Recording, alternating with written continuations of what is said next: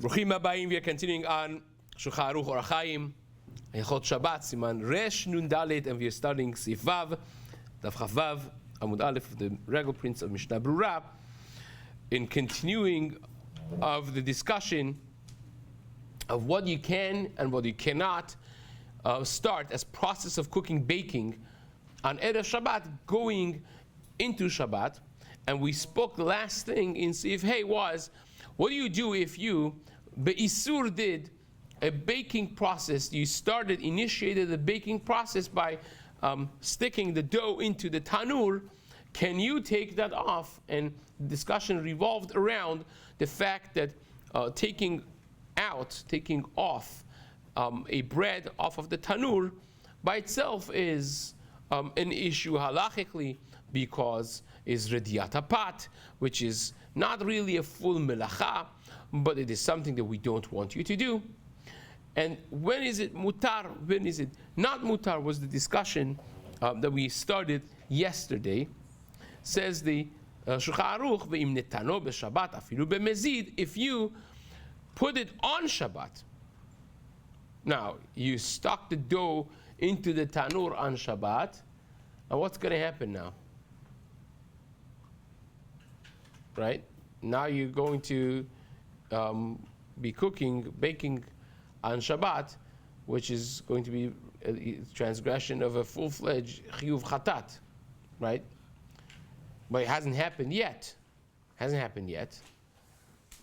So I could save myself from going to a very hot place by just taking this off. Can I do it? Can I not do it? Says the Shulchan Aruch, of course you could. Even if b'mezid you did it. We don't say, well, you did it b'mezid, you should have known better. We're not letting you do it. Even if you did it b'mezid, now you want to do tshuva. Mutar lo lirdot kodem she'afeh. It's mutar to take it off quickly before it gets cooked, before you become hayav deoraita. Kedeh shelo yavo lidei isur skila. That the person should not come to a full-fledged transgression of isur skila. Cooking and baking is a very interesting transgression. You know, the most of the melachot, when you do something, it has to be accomplished exactly until you are hayav, right? But on Shabbat, for instance, if you do planting, even though that nothing happens, you still become hayav. Right? Imagine if you plant a seed on Shabbat, it's not going to grow or nothing is going to happen to it until, imagine if you do it 5 minutes before Shabbat ends, I planted something. Anything's going to happen before Shabbat? No. But am I hayav? Absolutely yes. When it happens, I retroactively would be hayav. Now, other melachot are a little different, because if you did it, you stuck the pat into the tanur, but it's not cooked yet. So as long as it's not cooked yet, even though that my action is sufficient for the melacha to happen, I could save myself from the isur by taking it out on time. Now we'll see the reverse scenario of that as well. So that's Avnei Nezer, Avram Sachichov. He discusses that in his Iglei Tal in the beginning of the topic of Zorea. He speaks about this, whether or not you could undo it, you could not undo it, what exactly happens with it. That's part of this discussion. But here you have this opportunity, even though that I did what's sufficient for the melacha to happen, the melacha takes time to happen, so I could undo it.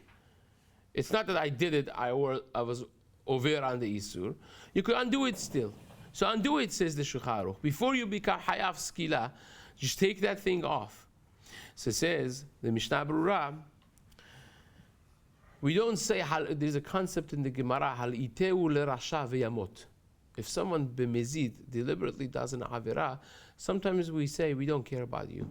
You b'mezid, you go against the Torah deliberately, suffer the consequences.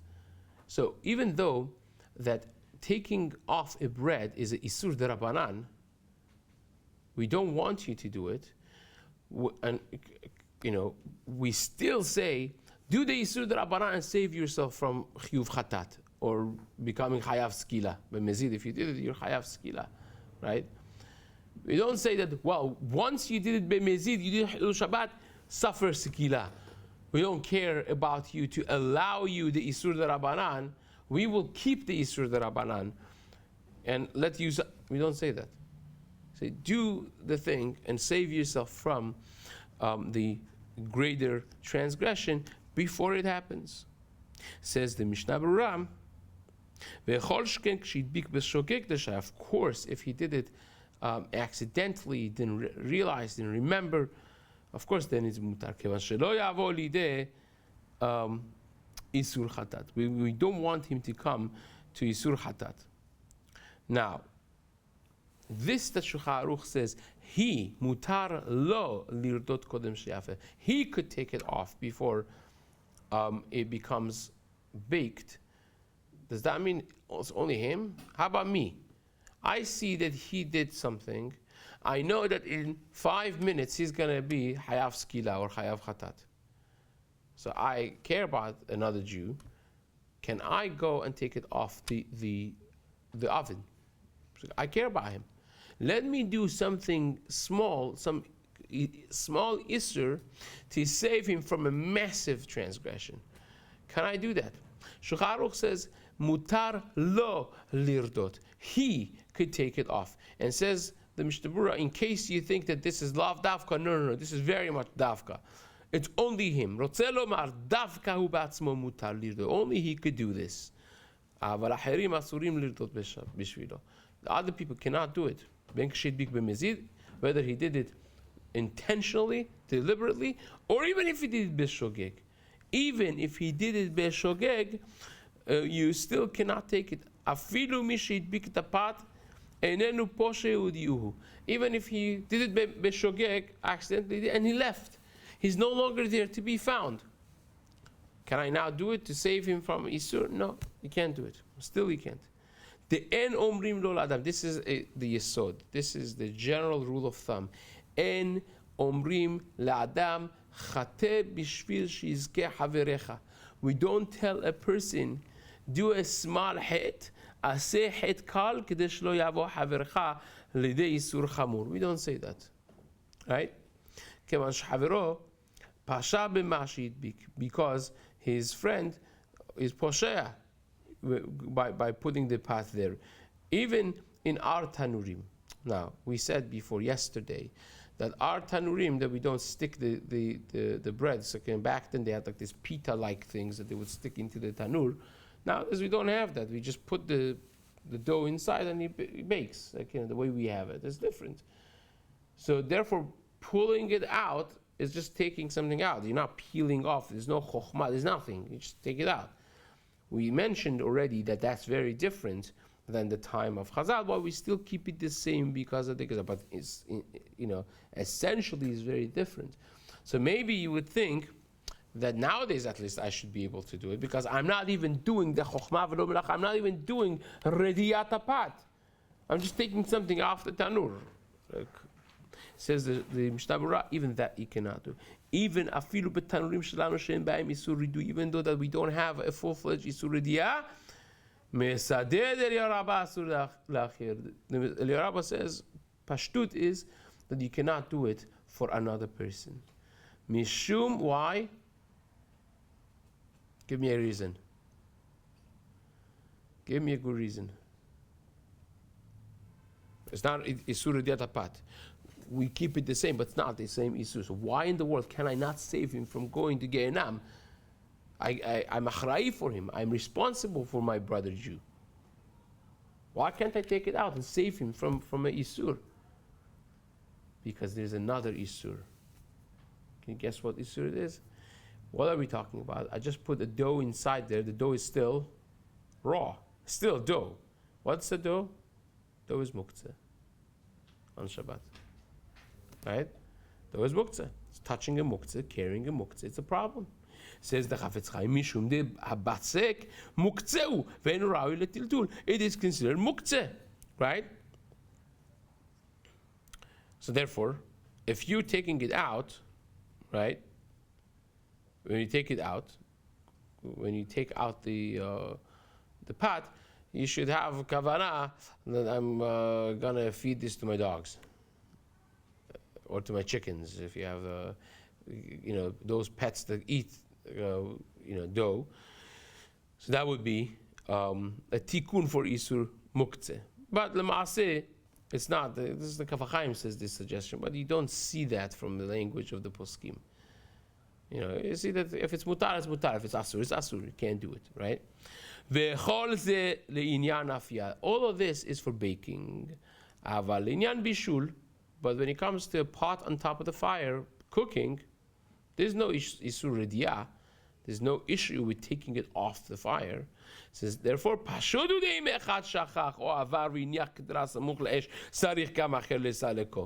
you're mechuyav to take it off as an onlooker, as a bystander. Of course, you have to be achrai for him. He puts it b'mezid even, you take it off. B'shogeg, for sure, you take it off, because you're not doing anything. No, there's no melacha, no nothing, no isur involved with it. Well, you have to still deal with the fact that some of these things could be muktzeh, right? If basar chai is a muktzeh, is it not muktzeh? The Shulchan Aruch in Siman Shin Chet discusses this as well. Perhaps there are people who could chew basar chai also. There's this very fancy dish which is completely raw meat. I'm not remembering the. Yeah, but there's something else. Carpaccio, something like that. Yeah, that. Right. So there's such a thing. So that's halachically debatable halachically whether that makes the entire, meat department, so to speak, non-muktzeh, just because there are some interesting people that like some interesting food. Now, if it's not eaten by rove people, by majority of the society, fine. That's something to discuss when we learn the Chod Muktzeh. But nevertheless, the besiluk hakdara ein kan isur kelal. There's no, but taking the pot off, there's nothing there. Umimela yesh kan mitzvah la'afrosh misur. Therefore, you have a mitzvah. You have a mitzvah to separate the Jew from doing isur, and therefore you would have to do it. Now, this that he could do, he himself could take it out, not to become hayav chatat or hayav skila. Afilu b'marde, says the Mishna Berura, you can even do it with the tall stick, with the whole vessel that is made for taking off bread off of the tanur. If you could do it with a little shinui, with a little change, backhandedly, with a knife, with a fork, whatever it is, of course it would be best, but it's mutar to take it out quickly before you become chayav. Fine. All of this, says the Chafetz Chaim, is only im lo yistarech le'ashhot al yedezeh. If you have to go find a knife, find a fork, every second that's passing right now is dangerous. If it becomes kedeh kirum panim, you're off to a very warm place. You don't want that to happen. You don't want that to happen.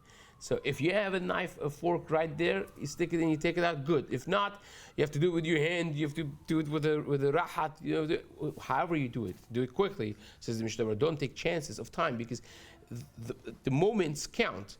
If this gets to nechal, which is kedeh kirum panim, you already became hayav chatat. And therefore, you have to be very, very quick and do it with alacrity and consider the passage of time. Says the Shulchan Aruch. Let's do one more seif over here. Betanurim shelanu, in our ovens, she'em b'hem rediyah. We don't have rediyah. We just put it in, take it out. It's not like sticking it onto the tanur and having to peel it off professionally. Mutar le'otzi yoter mishalosh seudot. You remember how we said yesterday that it's only mutar what you need. If you by mistake did this, you could peel off and eat whatever you need for mazon shte seudot. So if you have one big bread that has in it 3 kabetzas of bread, that's good enough. They can't do any more. And you could tell other people who don't have seudah to come and do the same thing. It says the Shulchan Aruch, with our tanurim that we just put things in and put things out, you don't have isur yeah, so therefore you could take the whole thing out if you want. You don't have to be making exact calculation of what to do and not to do. מותר להוציא יותר משלוש סעודות בסכין או בשום דבר שיתחב בו. With anything you could stick into the bread and take it out. So he says, don't do it berahat, don't do it with the actual mardeh, but you could do it with, stick something in it, a knife, a fork, whatever it is, and take it out.